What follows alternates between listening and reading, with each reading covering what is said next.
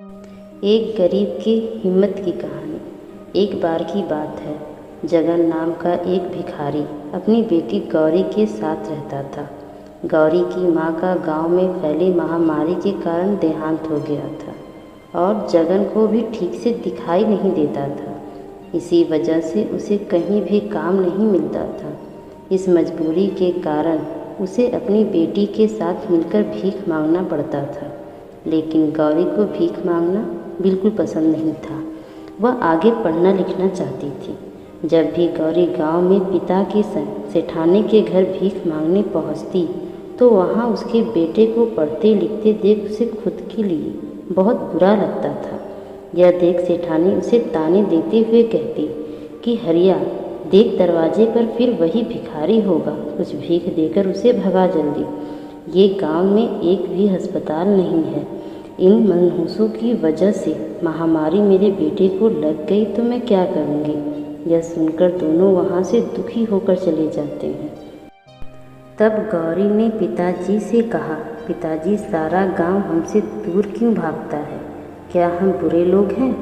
तब पिताजी ने उसकी बात सुनकर कहा, नहीं बेटी, बुराई तो हमारी गरीबी और उनकी सोच में है। गौरी ने यह सुनकर अपने पिताजी से कहा, पिताजी, एक दिन डॉक्टर बनकर आपकी आंखों का इलाज कराऊंगी और मैं इस गांव में एक अस्पताल भी खोलूंगी।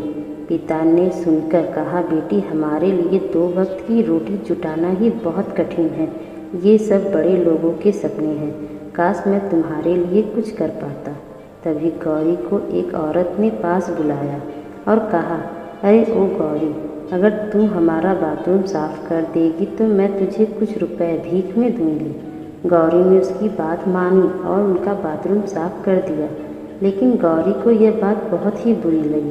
तभी गौरी ने फैसला कर लिया कि वह डॉक्टर बनेगी। उसने अपने पिता को गांव के बाहर एक पेड़ के नीचे मोहन चाचा के पास बिठाया दिया और कुछ दिनों तक गांव में खिलौने बेचकर पैसे कमाने लगी।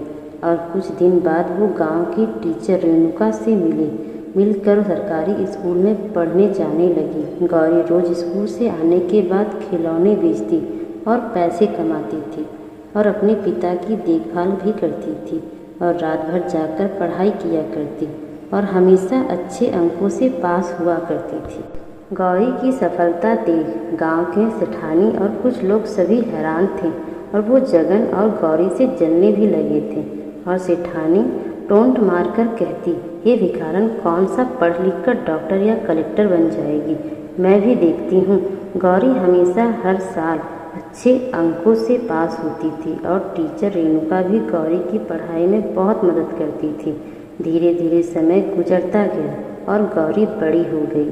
उसने अपनी मेहनत और लगन से स्कूल की पढ़ाई पूरी कर ली और डॉक्टर की पढ़ाई के लिए कॉलेज में पढ़ने के लिए इम्तहान दिया।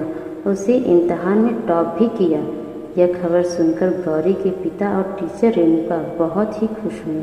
फिर गौरी ने अपने पिता से कहा, पिताजी, डॉक्टर की पढ़ाई के लिए मुझे स्कॉलरशिप भी मिला है। लेकिन अब गौरी को अपने पिताजी को छोड़कर पढ़ाई के लिए शहर जाना था।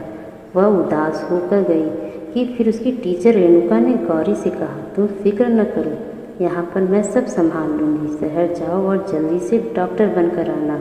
गौरी पढ़ाई के लिए शहर चली गई। समय गुजरने के साथ वो अपने सपनों की तरफ तेजी से कामयाबी के साथ बढ़ रही थी। कई दिनों तक उसकी कोई खोज खबर नहीं आई। कुछ साल बाद गांव में महामारी की बीमारी तेजी से फैल गई। उसके पिता के सही सेठानी का बेटा सभी बहुत बीमार हो गए।